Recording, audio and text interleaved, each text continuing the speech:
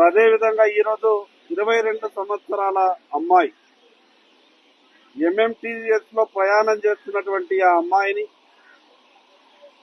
అగంతకులు ఆమెను బలవంతం చేయబోతే ఆమె ఏమీ దిక్కుతోచక స్పీడ్ లో ఉన్నటువంటి ఆ ట్రైన్ నుండి తన మాన ప్రాణాన్ని రక్షించుకోవడానికి ట్రైన్ నుంచి కిందికి దూకడం వలన ఆమెకు విపరీతంగా గాయాలైనవి. ప్రభుత్వ ఆసుపత్రిలో చేర్పిస్తే 24 గంటల వరకు కూడా ఆమెకు సరైనటువంటి వైద్యం దొరకలేదు. 22 సంవత్సరాల ఆడపిల్లకు అంత ఘోరమైనటువంటి వ్యవహారం జరిగితే ప్రభుత్వం వెంటనే స్పందించి కావలసినంత వైద్య సదుపాయాలు అందించి బాధితులని వెంటనే పట్టుకొని శిక్షించాల.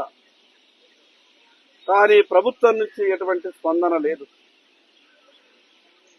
భారతీయ జనతా పార్టీ మా మహిళా నాయకురాలు, రాష్ట్ర భారతీయ జనతా పార్టీ మహిళా మోర్చా అధ్యక్షురాలు శిల్పారెడ్డి గారికి వార్త తెలిసిన వెంటనే ఆసుపత్రికి సందర్శించి జరిగిన విషయం మీద అంతా ఆరాధించిన తర్వాత మా రాష్ట్ర పార్టీ అధ్యక్షులు కేంద్ర మంత్రి కిషన్ రెడ్డి గారికి, కేంద్ర మంత్రి బండి సంజయ్ కుమార్ గారికి విషయం చెప్పిన తర్వాత ప్రభుత్వం పట్టించుకున్నా పట్టించుకోకపోయినా వెంటనే బాధితురాలని ప్రైవేట్ ఆసుపత్రికి షిఫ్ట్ చేసి మెరుగైన వైద్యం మన తరపున అందిద్దాం, తర్వాత చేయాల్సిన కార్యక్రమాల మీద ప్రభుత్వం మీద ఒత్తిడి తీసుకొద్దామని ఈరోజు భారతీయ జనతా పార్టీ తరపున ప్రత్యేకంగా బండి సంజయ్ గారు చొరవ తీసుకొని ఆ యొక్క బాధితురాల్ని ఇక్కడ యశోద ఆసుపత్రిలో వైద్య చికిత్స నిమిత్తం చేర్పించడం జరిగింది.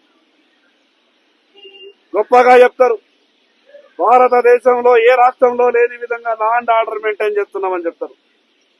ఈ రకమైనటువంటి అఘాయిత్యాలు ఎందుకు ఈ రాష్ట్ర రాజధానిలో జరుగుతున్నాయో ప్రభుత్వం ఒక్కసారి ఆలోచించుకోవాలా. వెంటనే జరిగినటువంటి సంఘటన ఎట్టి పరిస్థితుల్లో నిందితులు ఎవరైనా వారిని వెంటనే పట్టుకోవాలి, బాధితురాలికి న్యాయం చేయాల్సిందిగా భారతీయ జనతా పార్టీ తరఫున ఈ ప్రభుత్వాన్ని డిమాండ్ చేస్తున్నాం.